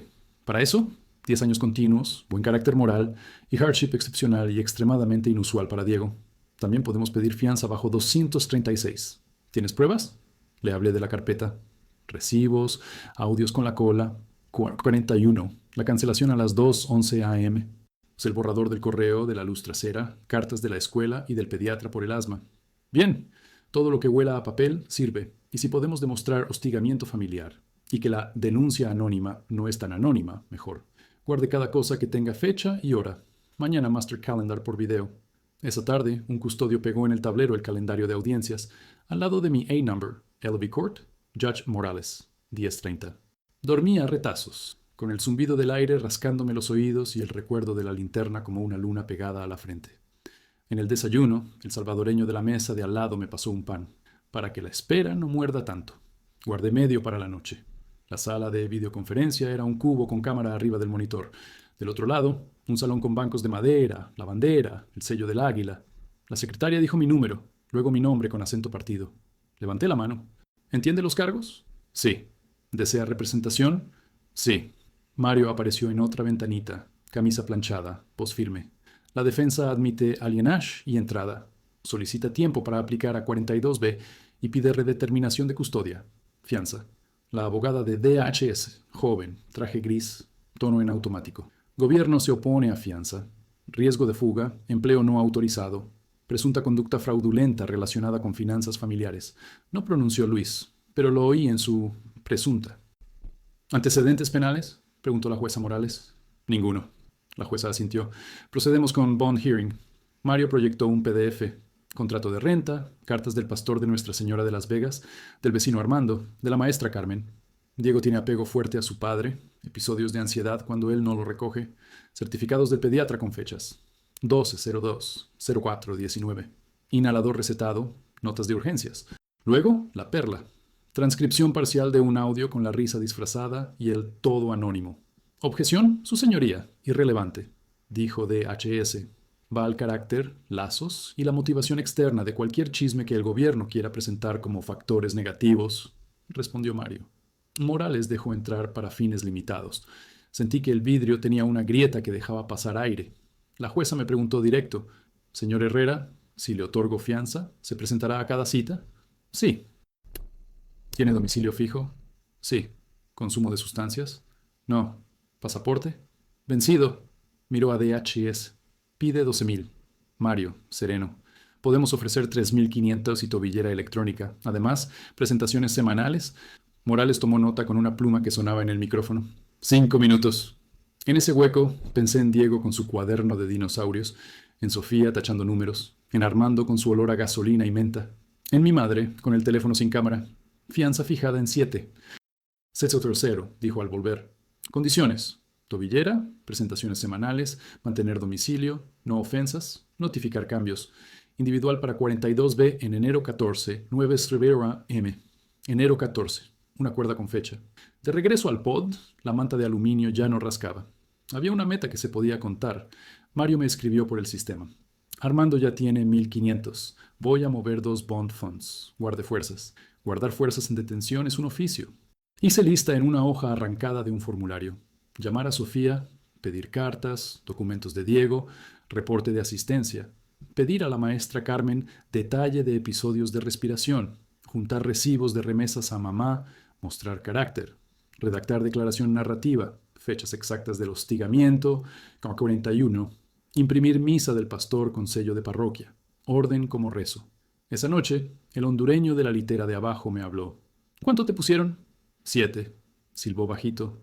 A mí 10, pero tengo a mi hermana.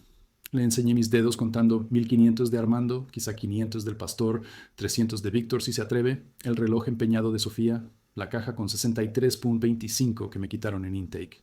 Sumé en voz alta, como un niño. Me faltaban números, pero me sobraba tosudez. Al día siguiente, videollamada con Sofía. Ojeras, sudadera gris, el dibujo de Diego pegado en la pared.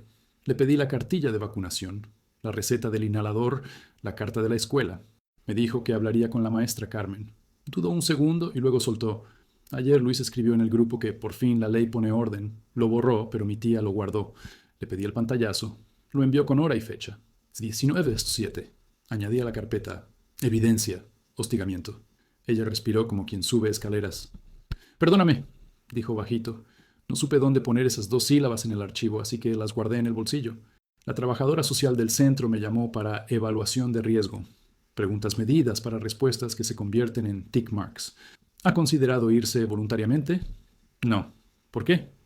Mi hijo necesita que yo lo lleve al médico y lo recoja a las 3:05. Cuando yo no estoy, se enferma más. Me miró con una mezcla de protocolo y humanidad. Marcó una casilla. A veces eso es todo lo que se puede pedirle al sistema. Una casilla marcada a tu favor. A la tercera noche, el altavoz. Release processing, pending bond. Mario había conseguido 2000 de un fondo y 800 de otro. El pastor, 400. Armando vendió herramientas y llegó con 1200 más. Sofía empeñó la cadena y puso 300. Faltaban 2300. Mañana muevo otra iglesia, escribió Mario. Aguante. Aguanté. Aprendí que el sueño también se financia por tandas. Mientras esperaba, escribí mi declaración. Fechas como clavos. 05-2019 Food Truck. 12. 300-07-2019, amenaza velada, 02.11, cancelación renta, 9:20 p.m., luz trasera, cortante 41 cola de números, notice to pay or quit, A9, re-verification, parada Boulder Huay, confirm hold, Diego, asma leve, inhalador cada 12 horas, ansiedad cuando no lo recojo, dibujo de cable que nos une, Sofía, borrador, listo lo de la renta, pantallazo 19.07, Luis, audio, todo anónimo. Todos pagamos algo. Cerré con una línea que me salió sin maquillaje. No corro porque no tengo a dónde llevar mi apellido que no sea a la casa de mi hijo. El papel es un milagro lento. 2 días después, a las 5:41 p.m., Mario escribió. Lo cerramos. Bond posted. Me llamaron al release. Firmas, huellas, devolución de agujetas, cinturón, Casio, 63.25, sobre de 140. Una tobillera electrónica mordió mi tobillo izquierdo con un pitido. Afuera, el aire de Henderson tenía olor a estacionamiento caliente. Sofía me esperaba al borde, sin maquillaje, con una mirada cansada que todavía sabía decir mi nombre completo. No nos abrazamos de película. Diego se me pegó al cuello con fuerza de 8 años. No me dejes, dijo. Le respondí la verdad que pude. Voy a estar mañana a las 3:05. Mario nos alcanzó en el estacionamiento con una carpeta blanca, idéntica a la mía, solo que ordenada. Desde hoy, todo. ICE check-ins, lunes 9 a.m., tobillera cargada, notificar si cambian de domicilio. Individual enero 14. Necesito cartas de la maestra, del pediatra, del pastor con sello, recibos de remesas, fotos con Diego, pruebas de voluntariado, estados de cuenta y ese audio. Por favor con metadatos. Y si hay más anónimos, me los manda. Asentí como quien recibe herramientas. No hablen con Luis, agregó. Bloquéenlo. Si los busca, me avisan. Esa noche, de vuelta en el colchón de Armando, la tobillera pitó cada vez que me movía más de 10 pasos. Me acostumbré al sonido, como uno se acostumbra al zumbido de la obra. Abrí la carpeta y metí con cuidado la carta de la escuela que Sofía me entregó en el carro. Diego se altera cuando su papá no llega. Presenta respiración acelerada. Recomendamos estabilidad de rutina. La pegué con cinta, como un amuleto. Afuera pasó una patrulla sin sirena. Cerré los ojos. Repetí en silencio. Enero 14, 90 AM, Jueza Morales, Sala Las Vegas. Sabía que la siguiente parte no era menos dura. Demostrar que el daño de irme no era cuento triste, sino excepcional y extremadamente inusual. Pero por primera vez desde la linterna, sentí que yo también podía apuntar una luz, la de mis papeles. y que el anónimo tenía dedos, voz y apellido. Dormí con la carpeta al lado de la cama, como se duerme con un salvavidas.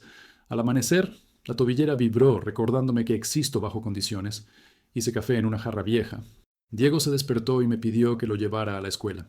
Le dije que sí, que a las 3:05 estaría ahí. Repetí la hora como una oración. A veces, la libertad empieza con una cita escrita a tinta negra. La verdad no cayó como un rayo. Se filtró como agua por una junta mal sellada y, cuando quise darme cuenta, ya me empapaba los tobillos. 3 días después de salir bajo fianza, Mario me citó en la Law Library del despacho, una pieza angosta con olor a tóner, y puso frente a mí un folder con pestañas azules. Discovery parcial, dijo. Adentro, copias del I-213 con un renglón subrayado en marcador rosa. Information received from anonymous tip. Anónimo. La palabra que Luis apretaba entre los dientes como si fuera un salvoconducto. Mario dio vuelta a la hoja con la parsimonia de quien no quiere romper el papel y dejó ver un registro del condado. Clark County Sheriff. Non-Emergency Intake Log. Fecha. 09 o 11, hora 21:23. Observaciones. Keller reports subject driving with broken backlight. Subject unlawfully present. Y ahí, escondidos para el ojo que no busca, los últimos 4 dígitos del teléfono del reportante. Taxatra 41. Sentí el mismo hierro en la lengua que cuando escuché los audios. Esos 2 números me habían seguido como perros por meses. Mario señaló otra pestaña.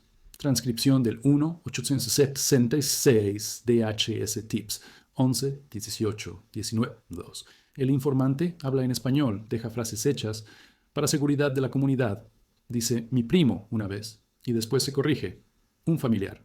Off the record, según el memo, ofrece correo de contacto. No tenían el nombre entero, lo habían sombreado, pero se alcanzaba a leer un prefijo. Luis. Tragué aire por la nariz, lento, para no darme el gusto de romper algo. Mario me miró sin dramatismo. No es un penal, pero sirve. Va al carácter del hostigamiento y explica el contexto. Necesito declaraciones juradas. La tuya, la de Armando, la de la maestra, del pastor y, si se puede, de Sofía. Esa misma tarde, ya en casa de Armando, la pantalla del teléfono se encendió con una videollamada. Sofía, sudadera gris, ojos cansados. Detrás, el dibujo de Diego con el cable que nos une. Le conté lo del log, lo del tips, los 41. No dije el nombre. Lo dejó ella sobre la mesa sin masticarlo. Luis, asentí. Dijo que iba a revisar el grupo Familia Herrera de WhatsApp por si alguien había guardado algo. Minutos después, reapareció con un audio reenviado. La voz de Luis, sin máscara, con ese brillo sobrado que le sale cuando cree que nadie lo escucha. Así aprende el muy americano. Todo anónimo. Nadie se entera. Metadatos. 11:18. 19:07. 5 minutos después de la llamada al Tips. Un error suyo. Mandarlo al grupo general en vez de al contacto con Feed. Y la bendición de una tía que guarda todo por si acaso. Lo escuché 3 veces. En la tercera, su risa final fue un cuchillo pequeño. Mario nos instruyó como quien arma un andamio. Nada de confrontaciones, nada de audios de insultos que luego nos pinten de violentos, todo al expediente. Le pedí a Sofía una declaración limpia, sin adjetivos, fechas, horas, la cancelación de la renta a las 2:11 a.m., el borrador, listo lo de la luz trasera para jueves 9:20 p.m., el mensaje de ayudar al destino, el audio de las 19:07 y la presión económica constante. Agregamos lo que ella llamó dependencia emocional, palabras de terapia que a mí me supieron a yeso. Cómo Luis la hacía sentir culpable si no repetía sus instrucciones. Cómo usaba familia para decir obediencia. Firmó con manos temblorosas. La imprimimos, la firmó otra vez frente al pastor para darle peso de testigo y la metimos en la pestaña Affidavits. El folder empezó a oler a algo que no era solo tóner, olía a regreso propio. Armando aportó lo suyo. El recibo del corralón por la Ford, remolcada con el papel pegado, hay hombres que no merecen su familia. Lo describió, adjunto foto. Su carta diciendo que me prestó el sedán con la luz revisada a las 18:02 y que yo volví esposado. El pastor anexó constancia de la parroquia. Yo cargando sillas en kermeses, Diego en catequesis. 2 veces fui a pedir ayuda de víveres cuando la cuenta se quedaba en 0. La maestra Carmen redactó que Diego presenta ansiedad cuando su papá no llega a las 3:05 y que en noviembre tuvo un episodio de respiración en educación física. El pediatra imprimió la receta con la dosis del inhalador subrayada y la enfermera estampó las visitas con sello redondo. Papel sobre papel, ladrillo sobre ladrillo. El giro inesperado no fue solo desenmascarar el anónimo. Fue ver cómo, sin que yo lo buscara, el expediente dibujaba a Luis completo. Los 41 en los logs. El correo con su nombre en el memo, el audio con su orgullo mal guardado, la frase "todos pagamos algo" repetida en distintos contextos, el "I trained him" colándose en las cartas de carácter como anécdota amarga que explica por qué ahora tengo miedo de que borren mi nombre de cualquier lista. No hacía falta insultarlo, bastaba leerlo. Quise llamarlo. Quise escuchar su voz temblar al oír la palabra evidencia. Mario me detuvo con la serenidad de un albañil que ya vio derrumbarse muros. El caso se gana en silencio y con papeles. Lo otro, si lo hay, será después y en otro idioma. Apagué el impulso como se apaga una mezcladora que quiere seguir girando aunque la obra ya cerró. Bloqueamos su número en los dos teléfonos. A los 20 minutos entró un SMS desde otro 702. Te vas a arrepentir. No sabes con quién te metes. Reenviado a Mario, archivado en hostigamiento, amenazas. Esa carpeta ya pesaba como casco. La noche siguiente, cuando Diego se durmió, Sofía se sentó al borde de la cama y me preguntó si yo quería denunciar a Luis en la policía local. Le dije que la ley que nos importa ahora habla inglés con tecnicismo y que cualquier movimiento en falso nos podía pintar como familia conflictiva. Que lo más fuerte que teníamos era la foto de la realidad. Un niño que respira mejor conmigo, una rutina que lo calma, un historial de trabajo y remesas y misa y escuela, y un pariente que convirtió la palabra familia en un arma. Sofía lloró como si se le descargara el cuerpo. No la consolé con promesas. Le ofrecí la carpeta. La sostuvo un segundo y dijo: «Pesa. Eso es lo que quiero que pese», respondí. Mario preparó un brief de 12 páginas que, al leerlo, me hizo sentir que al fin alguien estaba contando mi historia con la respiración correcta. Encabezado sobrio, citas de la ley, jurisprudencia en casos de hardship con niños asmáticos, notas a pie que yo no supe pronunciar pero que me sonaron a escalera sólida. Insertó como anexos la transcripción del audio 1907, los logs con los 41, la declaración de Sofía, la del pastor, la de Armando, y un apéndice con mis recibos de remesas. Esto muestra estabilidad, soporte familiar transnacional, carácter, dijo. Yo pensé en la caja de zapatos y sonreí con rabia dulce. Mis viernes tenían por fin otro sentido. El día que imprimimos todo, la impresora hizo un ruido como de animal satisfecho. Armando nos llevó a una notaría barata en la Charleston. Firmamos lo que había que firmar. Pasamos por la escuela de Diego para recoger otra carta de la maestra. Diego está durmiendo mejor desde que su papá volvió a recogerlo.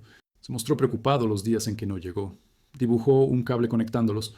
La pegué en la pestaña Escuela. Esa imagen, un cable de crayola, valía más que cualquier adjetivo. Un sábado, mientras marcaba con post-its la carpeta para que a Mario no se le perdiera nada, recibí un audio de un número oculto. Lo puse en altavoz. La voz se distorsionó, pero no lo bastante. Yo solo llamé por tu bien, para que no acabes peor. Te di la oportunidad del camión. Te lo dije. Aquí todos pagamos. Paré el audio en seco. No respondí. Guardé el archivo con nombre de fecha y hora. Lo escuché otra vez, ahora con auriculares. Al fondo, ruido de tele compartido. Luis solo ve fútbol de noche. Y el clic de un encendedor que yo conozco desde Phoenix. No lo necesitaba para la corte. Lo necesitaba para no olvidarme de mi propia memoria. La noticia se regó por la familia como se riega el olor a cloro en una cocina chica. Una tía escribió en privado: «Hijo, no me metas, pero yo siempre supe que ese muchacho no te quería bien». Un primo lejano envió un «ánimo, la sangre no siempre es familia». Mamá llamó desde Michoacán con su voz de patio: «Mijo, yo no voy a hablar con nadie. Lo que tú digas, yo digo. Y si toca volver acá, respiramos. Pero yo sé que no te van a sacar». Le prometí que si me tocaba cruzar ese puente, llamaría a Diego a las 3:05 todos los días, desde una cabina si hacía falta. Me dijo: «La hora también es una cuerda». Esa noche, sentado frente a la ventana, miré la tobillera y la carpeta lado a lado y entendí que el giro inesperado no era que el anónimo tuviera nombre. Yo lo sospechaba desde el 41, sino que mi historia ya no dependía de su voz, dependía de mis papeles. La traición se había vuelto un documento adjunto, la envidia, un número de referencia, el rencor, una cita en el índice. Todo eso, ordenado, pesaba más que su sonrisa. Antes de dormir, escribí un párrafo que Mario me pidió para cerrar mi declaración. No busco castigo para mi primo Luis. Busco permanecer donde mi hijo respira mejor. Lo que él llamó enderezarme fue quebrarme. Lo que él llamó anónimo ahora es evidencia. Si me dan la oportunidad, seguiré cargando paneles y recogiendo a Diego a las 13:05. Si me la niegan, cruzaré la línea con mi nombre completo y seguiré mandando dinero que no lleve veneno. Pero no le entregaré mi relato a quien me entregó. Lo imprimí. Lo pegué al final. Cerré la carpeta. Pesaba como una casa. El calendario sobre la mesa tenía un círculo grueso. Enero 14, 9 CP0AM. Individual 42B. Faltaba poco. Sofía dejó el teléfono boca abajo y dijo que cambiaría de número, que ya no contestaría a Luis, que si se aparecía en la puerta llamaría primero a Mario. Asentí. Diego, dormido, respiró con un sonido limpio. Apagué la luz. El giro estaba completo. Lo que venía ya no era descubrir, era sostener. El día señalado amaneció con un cielo de aluminio. Enero 14, 900 AM, Sala de Las Vegas, Jueza Morales. Llegamos a las 8:12. La tobillera vibró 2 veces como recordándome que la libertad venía con batería. Mario nos recibió en el pasillo, la carpeta blanca pegada al pecho, el nudo de la corbata un poco chueco, sus ojos firmes. Sofía caminó a mi lado en silencio, las manos dentro de la sudadera, y Diego quedó con Armando en el estacionamiento, con un cuaderno de dinosaurios y la promesa de un helado si a la 3:05 yo salía a recogerlo. La puerta del tribunal tenía el brillo de las cosas que te engullen. Adentro, la madera olía a cera vieja y a papeles recién grapados. Pensé en mi caja de zapatos, en mis viernes, en todos los nombres que guardé en tinta y no en gritos. No voy a reconstruir aquí cada pregunta. La ley hace su trabajo con un idioma que te seca la boca. Dije mi nombre completo. Repetí 19 años. Conté las citas del pediatra. 1202, 0419. Relaté la ansiedad de Diego cuando no me ve en la reja a las 3:05. Mario abrió anexos como ventanas. Carta de la maestra Carmen, constancia del pastor con sello, recibos de remesas, la transcripción del audio de 1907, el log con los 41 como migas de pan oscuro. La abogada de DHS habló de adaptabilidad, de opciones en Michoacán, de la familia extensa que podría apoyar. Mario respondió sin elevar la voz. Un niño no es una obra que se reubica, su señoría. Yo agregué una sola frase, cuidando que no me temblara el orgullo. Él respira mejor cuando escucha mi llave en la puerta. La jueza escuchó como quien mira el nivel en una pared. Si la burbuja se mueve, decide. I'll reserve, dijo al final, y el verbo se quedó flotando sobre nosotros como una cuerda que alguien aún no suelta. Salimos. El sol estaba donde lo dejamos. La vida siguió, tosca, exacta. El ruido de la 95, un avión cortando la mañana, una patrulla rompiendo el silencio sin necesidad de sirena. No hubo sentencia de película, no hubo abrazo que te borra los meses. Hubo, en cambio, un pasillo con máquinas expendedoras, una banca fría, y Mario señalando mi carpeta como si fuera un salvavidas. Siga igual. Lunes 9 a.m., con ICE, tobillera cargada, escuela a las 3:05. Si llaman números raros, no conteste. Si aparece él, me llama. Lo de hoy fue limpio, Mateo. A veces la justicia es un oficio de paciencia. Asentí. Entendí que una decisión también puede ser un trabajo. Esa tarde crucé la reja de la escuela con un nudo de piedra en la garganta. Diego salió con la mochila bailándole en la espalda, el cabello un poco sudado por educación física. ¿Viniste?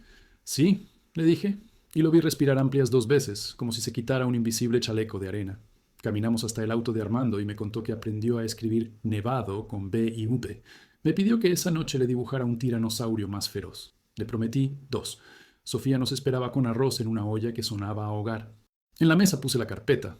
No para infundir miedo, sino para que mi hijo supiera, cuando pregunte de mayor, que su papá peleó con papeles y con los horarios de su escuela, no con las manos vacías. La noche me regaló la pregunta que no pude esquivar. ¿Y si dicen que no? La contesté en voz baja, para mí. Si Morales escribe denegado, voy a cruzar la línea con el nombre completo abierto como una ventana. Llamaré a Diego a las 3:05 desde la cabina que encuentre. Enviaré dinero sin veneno. Volveré a cargar tabiques en donde la obra me acepte. Miraré el Pacífico desde playas de Tijuana y, si hace falta, lloraré escondido en una fonda para no mojarle el plato a nadie. En Michoacán, con el teléfono a la oreja, mi madre repetirá que acá también se respira, y me pasará el ruido de las gallinas por el auricular como si fuera medicina. No me dejaré partir por la mitad. Haré una vida con la mitad que tenga. Y si dicen que sí, entonces compraré un calendario grande y escribiré con plumón negro las fechas que se ganan y no se heredan. Check-in los lunes, pediatra en abril, la kermés de la parroquia, la excursión al Museo de Historia Natural, la cita para renovar el pasaporte. Iré al Pound de la Charleston y rescataré el reloj barato no por su precio, sino porque quiero controlar el tiempo con mi propia muñeca. Cambiaré de apartamento. Paredes sin ecos, una cocina que huela a tortilla y a café sin culpa. Aprenderé a decir no sin excusas y sí sin miedo. No volveré a hablar de Luis más allá de lo que pida un formulario. La venganza es un gasto que no se puede deducir de impuestos. Solo te empobrece el alma. En cualquiera de los dos futuros, con sello o con frontera, la elección ya está tomada. No entregar mi historia a quien me entregó. Ese hombre dejó su apellido en un registro, en un audio, en un número con cola. 41. Yo dejaré el mío en boletas de escuela, en recibos de renta pagada, en horas exactas frente a una reja de primaria, en los dedos de mi hijo agarrando mi cuello cuando se asusta por una tos que no entiende. El apellido no es sangre, es lo que haces con los días. Y mis días desde ahora tienen hora. 3:05 p.m. A veces me despierto de madrugada con el ruido fantasma de una linterna golpeando la ventana. Camino hasta la cocina, toco la carpeta y vuelvo a la cama. La tobillera parpadea como un faro mínimo en el tobillo. Sofía respira hondo, todavía en duelo por su propia lealtad confundida. No nos prometemos para siempre, nos prometemos decencia. Ella cambió de número. Si suena un 702 desconocido, lo dejamos sonar hasta que se muere solo. Armando ronca en el departamento de al lado. Su menta y su gasolina se filtran por la pared como un vecino que cuida. Y en la mesa, una hoja doblada que escribí para no olvidar. No corro, sostengo. He pensado mucho en el desierto de 2006. Aquella noche cruzamos con la boca llena de polvo y el miedo masticándose a sí mismo. Luis iba a mi lado, tosía y prometía vidas. Hoy camino solo, pero con otra clase de compañía. Una juez que se toma tiempo para decidir. Un abogado que no me promete milagros, sino briefs de 12 páginas. Una maestra que describe cómo respira mi hijo. Un pastor que firma con sello redondo. Un vecino que empeña herramientas para juntar un bond. Una madre que dice, aquí respiramos. La sangre a veces llama por teléfono. La familia se presenta con una carta. Cuando llegue la notificación, en una semana, en un mes, cuando toque, la abriré sin esconderme. Si dice sí, haré café y pondré a hervir frijoles. Llamaré a mamá con alta voz. Subiré a Diego al coche y nos iremos a ver agua a la presa. Si dice no, haré café y pondré a hervir frijoles. Llamaré a mamá con alta voz, subiré a Diego al coche y nos iremos a ver agua a la presa. El gesto será el mismo, una ceremonia humilde de continuidad. Porque todo lo que intentaron torcer con anónimo, yo lo enderezo con rutina. En la línea, esa que muchos cruzan con los pies y otros con papeles, yo ya crucé algo más difícil.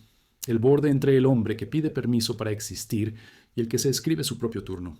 Hoy me miro en el espejo roto del baño de Armando y repito en voz baja, Mateo Alejandro Herrera Cruz. No hay alias, no hay voz disfrazada, no hay número que me pueda borrar eso. Me paso agua por la cara, me pongo la camiseta que todavía huele a obra y salgo a tiempo para estar a las 3:05.